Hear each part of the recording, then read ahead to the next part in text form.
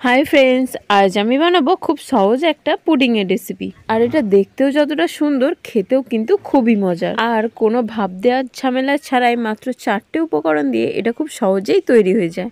তাহলে চলো দেরি না করে শুরু করা যাক। প্রথমেই একটা বাটিতে নিয়ে নিয়েছি 4 চামচ কর্নফ্লাওয়ার। এখানে অল্প জল দিয়ে এটা ভালো করে গুলে নেব।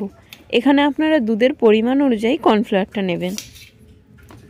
এটা ভালো করে গুলে নিয়ে এটা একটা সাইডে রেখে দেব। এবার একটা কড়াইতে নিয়ে নিচ্ছি 500 দুধ। আর কড়াইতে আগে থেকে অল্প একটু জল রেখে দিয়েছি যাতে দুধটা তলায় লেগে না যায়।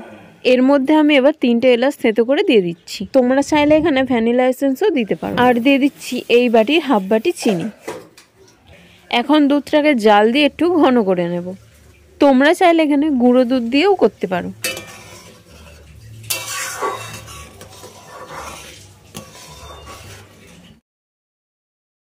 এখন দুধটা একটু ঘন হয়ে আসলে এতে আগে থেকে গুলে রাখা কর্নফ্লাওয়ারটা আরেকবার ভালো করে গুলে নিয়ে এতে অল্প অল্প করে দিয়ে মেশাতে থাকবো। আর কর্নফ্লাওয়ারটা দেওয়ার সময় দুধটা কিন্তু অনবরত নাড়তে হবে, নয়তো তলায় লেগে যেতে পারে। আর এই সময় কিন্তু গ্যাসের ফ্লেমটা একদম লোতে রাখতে হবে। আর খেয়াল রাখতে হবে এর তলাটা যেন পুড়ে না যায়। এটাকে আমি আরও 5 মিনিট মতো নাড়াচাড়া করে নেব।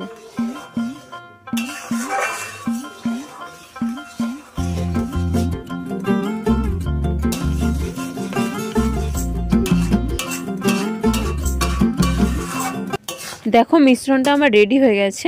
এবার যে পাত্রেই সেট করব তার মধ্যে অল্প একটু তেল ব্রাশ করে নেব। আর সাথে সাথেই কিন্তু মিশ্রণটা এর মধ্যে ঢেলে দিতে হবে, নয়তো কিন্তু এটা কড়াইতেই জমে যাবে।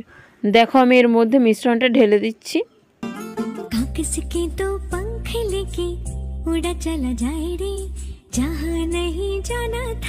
দেখো আমি মিশ্রণটা একটা পাত্রে ঢেলে নিয়েছি। এবার এটা পুরোপুরি ঠান্ডা করে নিতে হবে। তারপর নর্মাল ফ্রিজে রেখে দেবো 5 ঘন্টার জন্য। 5 ঘন্টা পরে দেখো পুডিংটা একদম জমে গেছে। এবার একটা প্লেটে ঢেলে নিচ্ছি।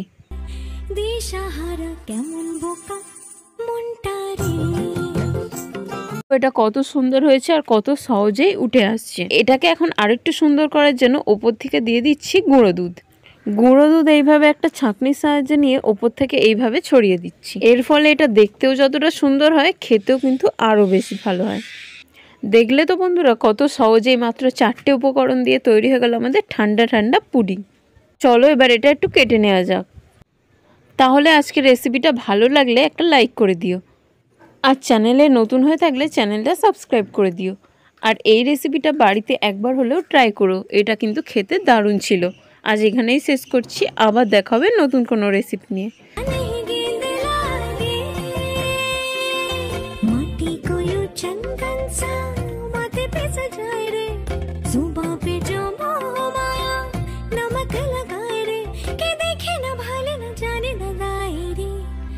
দিশাহারা কেমন বোকা।